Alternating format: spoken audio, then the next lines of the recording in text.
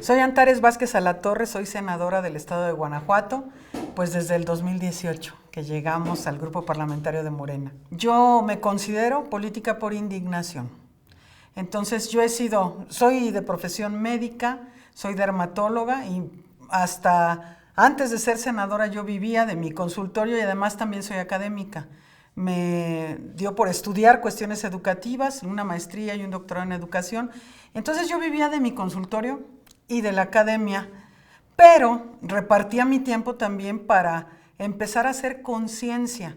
Empecé a sumarme a organizaciones, asociaciones civiles, una bien constituida y otras no, pero para hacer conciencia en la ciudadanía de cosas que normalmente la gente no considera como un tema de política y que mucha gente piensa que lo que le pasa en su vida es obra como de la fatalidad y nada que ver con los gobiernos o con la forma de hacer política.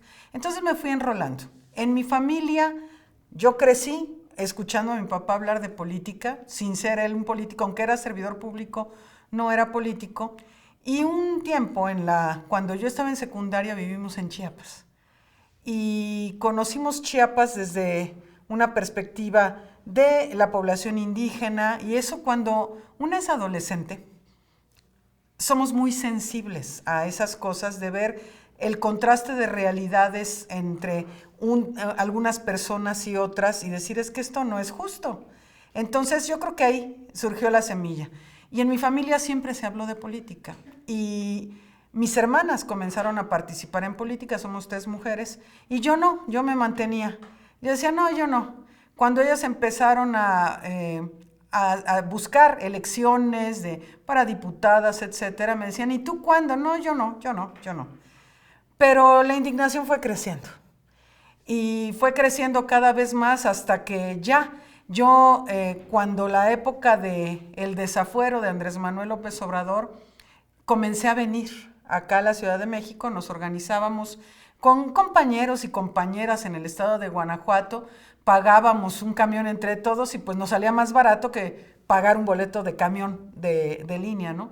Y rentábamos un camión y nos veníamos, me venía con mis niñitos, mis hijos de la mano, y escuchaba y decía, es que, ¿cómo es posible que se permita esto? Esto no puede ser. Entonces me indignaba cada vez más y comencé a dar seguimiento a todo lo que estaba sucediendo en torno a Andrés Manuel López Obrador y me fui sumando. Y cuando se hizo Movimiento de Regeneración Nacional AC, pues bueno, estábamos nosotros muy dispuestos desde Guanajuato, y cuando se decidió la idea de que fuera partido, yo decía, no, mejor que se quede como movimiento, pero pues entendimos que tenía que haber un instrumento para poder llegar al poder.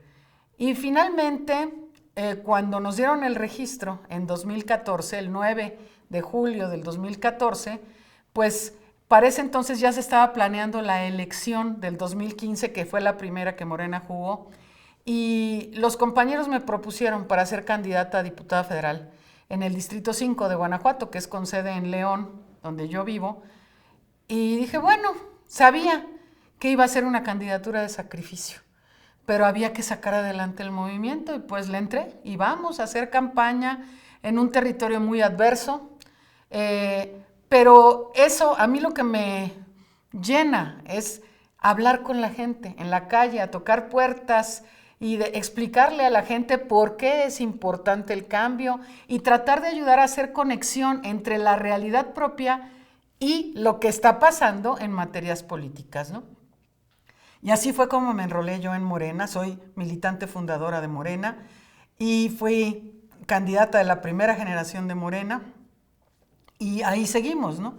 Ya más adelante, bueno, fui enlace distrital en León, en el mismo distrito por el que yo contendí, y en el 2017 gané la encuesta como para coordinadora de organización de mi estado, con miras y fui precandidata a la gobernatura de Guanajuato en el 17-18. Al final, temas de violencia política en razón de género que nos siguen pasando a las mujeres. No fui yo la candidata, pero llegué al Senado. Es algo que yo nunca me imaginé, nunca lo tuve en mi plan de vida, pero aquí estamos y es un honor estar en el Senado de la República dando una batalla en un tiempo histórico, fabuloso, que sin duda va a estar en los libros de texto y poder estar colaborando a la transformación, a esta cuarta transformación, es el más grande honor de mi vida. Guanajuato ha sido tradicionalmente un estado considerado difícil, y sí lo fue. Yo me acuerdo de cuando comenzamos a querer hacer conciencia, bueno, era casi cruz, ¿no? Nos ponían y éramos, bueno, estábamos locos y demás. Pero ya no. Guanajuato ha ido cambiando de mentalidad. Hoy, a 31 años de gobiernos del PAN, que nos han llevado a ser el estado más violento del país, por desgracia, la gente va tomando conciencia. Y además han podido ver ahora un gobierno que se centra en el pueblo y entonces ya pueden hacer un contraste, decir, a ver, ¿qué tenemos aquí y qué hay a nivel federal? Como que la cosa cambia. Entonces, Guanajuato está cambiando. La revolución de las conciencias sí está ocurriendo en Guanajuato. Mis temas siempre han tenido que ver con salud y con educación. Y yo he propuesto algunas iniciativas en ambos aspectos porque son mi origen de formación, ¿no? En el ámbito médico tengo una reforma que todavía está atorada en la Cámara de Diputados que nosotros sacamos acá para reformar el artículo 81 de la Ley General de Salud, para que quienes no tienen una residencia médica, es que no tienen la formación real para hacer procedimientos médico-estéticos, sobre todo, no lo pueden hacer aunque tengan cédula de maestría. ¿Por qué? Porque no es lo mismo. Y poner en riesgo la vida de otras personas que desgraciadamente ha sucedido no es justo. Y además, porque Felipe Calderón fundó la CONASEM, una asociación civil que pusieron en el artículo 81 de la Ley General de Salud, para que ellos le digan a la SEP, a la Dirección General de Profesiones, cuando le den o no una cédula de especialista a un médico, médica, que hizo ya su residencia médica, que pasó exámenes, que también hizo su tesis y la defendió, y ellos deciden, siempre y cuando pagues tu examen, y si pasas ese examen, entonces ellos deciden si te dan o no cédula. ¿Cuándo una asociación civil va a estar encima del Estado mexicano? Esa ha sido de las más importantes que me ha tocado impulsar, una iniciativa mía. En temas educativos hemos estado, la verdad es que ha sido, todas las ideas que yo tenía como educadora, yo soy doctora en innovación educativa, se concentran en la reforma educativa que nosotros hicimos.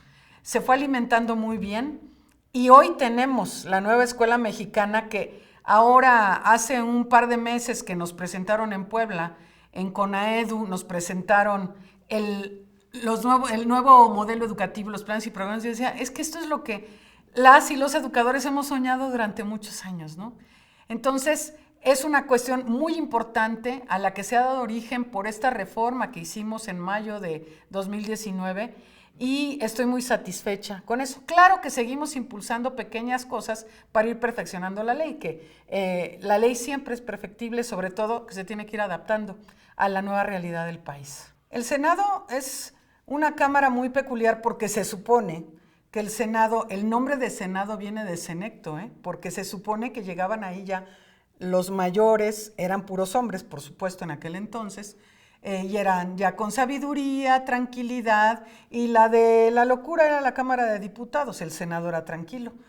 Pero no, ahora no, porque cuando llega la cuarta transformación, cuando empezamos a gestar esta cuarta transformación, los grupos de derecha, los reaccionarios, se ponen como los vemos, reaccionan ante la transformación y se descomponen. Es decir, los reaccionarios son muy capaces de mantener la cordura y la compostura entre ellos, con componendas de complicidades, de cosas que son inconfesables, porque hacen cosas inconfesables y se mantienen como todos somos hermanos, hermanas y ya.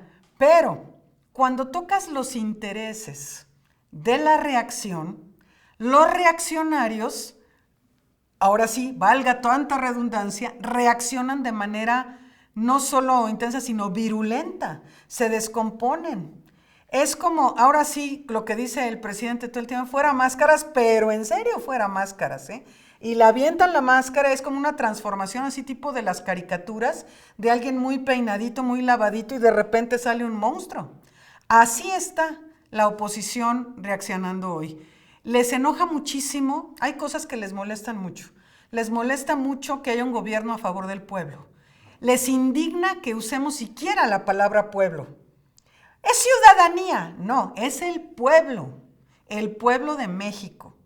Y les indigna eso, les indigna que haya una preferencia para los que menos tienen, para las personas más vulnerables, eso les indigna, porque han estado acostumbrados a un gobierno que se dedica a solapar privilegios de unos cuantos, de las élites y ciertas componendas y los negocios al amparo del poder y eso. Y cuando todo eso se va acabando, reaccionan sumamente virulentos, ¿no? Y entonces, en el Senado se ha notado mucho. Hay algunas personajes, que además, bueno, el pueblo de México las va conociendo y las pone en su lugar. Sabe perfectamente qué clase de gente son y pues se exhiben. Ellas siguen pensando, como ellas han vivido siempre en élites, siguen pensando que gobiernan muy bien y que lo hacen muy bien en Twitter, que dicho sea de paso, Twitter tiene menos de la quinta parte de la población mexicana, ellas son rockstars en Twitter y piensan que con eso la hacen, pero tienen un repudio generalizado. Y como no son capaces de ir a identificar cuáles son las necesidades reales del pueblo, al pueblo están acostumbrados a darles migajas y nunca vuelven a aparecerse. Y nosotros, yo un día se los dije en la tribuna, cuando empezaban a decir que la ciudadanía, quién sabe qué demandaba y no sé qué, le dije, a ver, momento, les falta barrio. Y a nosotros no nos falta barrio. Y ese es un alto honor, es un privilegio que a nosotros no nos falte barrio y que podamos mantener y romper con los esquemas de senadoras y senadores que eran artículo decorativo por allí en alguna, allá nada más en el Senado, en una oficina detrás del escritorio, a ser senadoras y senadores de a pie, que regresamos y que estamos con el pueblo, venimos a nuestras sesiones, a nuestras comisiones, pero regresamos siempre con la ciudadanía. Y eso es un cambio inusual. Hoy el Senado de la República es verdaderamente la casa del pueblo. La derecha es como un camaleón.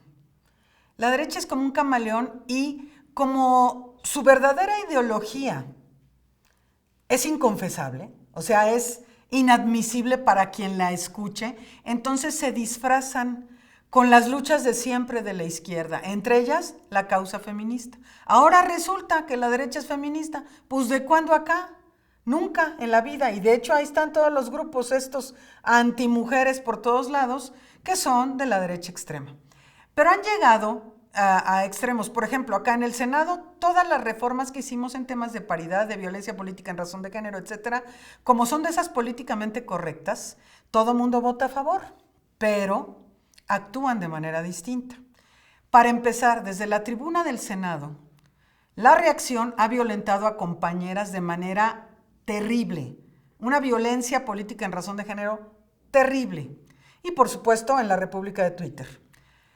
Pero resulta que ahora nos la regresan de una manera que uno dice, bueno, es importante que la gente sepa que por las discusiones que se dan en el Senado y en la Cámara de Diputados, la Constitución nos otorga a nosotros la inviolabilidad parlamentaria en cuanto a opiniones, además de la libertad de expresión que cada ciudadano o ciudadana mexicana tenemos.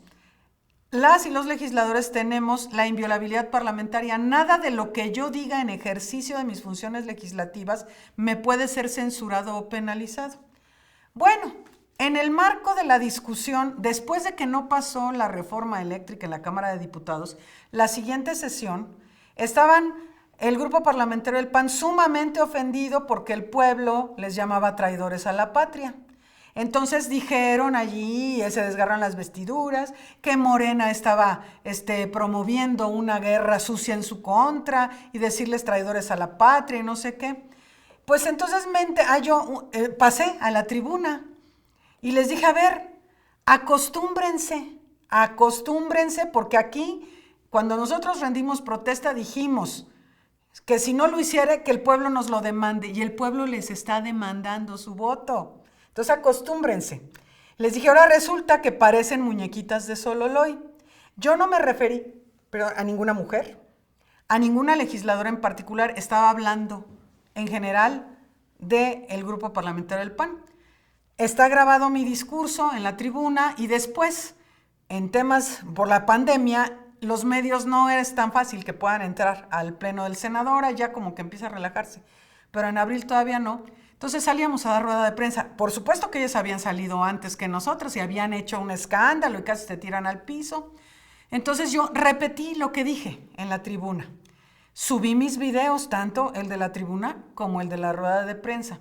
Me acusaron 4 diputadas panistas, a las que nunca he visto, no las he tenido enfrente, nunca me he dirigido a ellas, nunca. Ellas me acusaron de violencia política en razón de género y de calumnias por la vía electoral. Y el INE les da entrada. Es increíble que el INE les dé entrada, hacen la carpeta y la mandan a la sala especializada del Tribunal Federal Electoral y la sala especializada me sentencia a 4 años de estar inscrita en el padrón de violencia política en razón de género, de quienes ejercen violencia política en razón de género, con lo que pretenden inhabilitarme para contender. 4 años es lo mismo que le dieron a Cuadri por decir todas las tonterías que dijo de promoción de odio, muy lejos de lo que yo había dicho. Y además me acusan por calumnias, porque les dije traidores a la patria. La sala especializada con un voto en contra de la sentencia de un magistrado, el único que esgrimió argumentos jurídicos. Por supuesto, pero además me obligan, a partir del momento que yo recibí la sentencia, a estar publicando en mi cuenta de Twitter diario tweets diferentes con un extracto de la sentencia y con una disculpa pública a las diputadas que nunca en mi vida había visto, ni oído, ni hablado, ni nada. Lo tuve que hacer porque era sí o sí. Y si no, ellas podrían acreditar no tener el modo honesto de vivir, como dice la ley electoral, para inhabilitarme bien. Yo tenía todavía el recurso de apelar ante la sala superior, que fue lo que hice, y afortunadamente la sala superior, por unanimidad, canceló la sentencia de la sala especializada y les dijo que ellos por 15 días tenían que dejar un extracto de la sentencia que hicieron en mi contra. Pero este tipo, lo hicieron también ahora con Andrea Chávez y lo hicieron con comunicadores. Con comunicadores lo hicieron con Alina Duarte, con Eric Gutiérrez, que son comunicadores, o sea, por además cosas que ni siquiera mencionaron a nadie, ¿no? Pero es increíble cómo pretenden desvirtuar lo que sí es violencia política en razón de género, porque han matado mujeres para que no puedan ejercer sus derechos, y estas se tiran al piso cuando además parecen energúmenas en la tribuna y violentan a quien se pueda, ¿no? Entonces, es que la gente esté atenta. Y yo quiero agradecer a la gente que me respaldó desde mis redes, cuando lo subí a Twitter, a Facebook, en todos lados. La gente me fue dando seguimiento todo el tiempo. Y han estado acompañándome en este proceso que ya terminó afortunadamente, pero mis respetos para la gente. La reforma electoral que el presidente propone es una reforma constitucional. Ya anunciaron los señores y señoras de la oposición que están en su huelga legislativa que van a votar en contra. Quién sabe si ahora que se anda rompiendo el matrimonio disfuncional que tienen entre el PRI y el PAN, ¿verdad? Pero bueno, esto para el pueblo de México es muy importante que la gente sepa por qué una reforma electoral. Es necesario que se perfeccione nuestra democracia incipiente todavía, porque salen a decir tantas cosas que pueden confundir a la gente.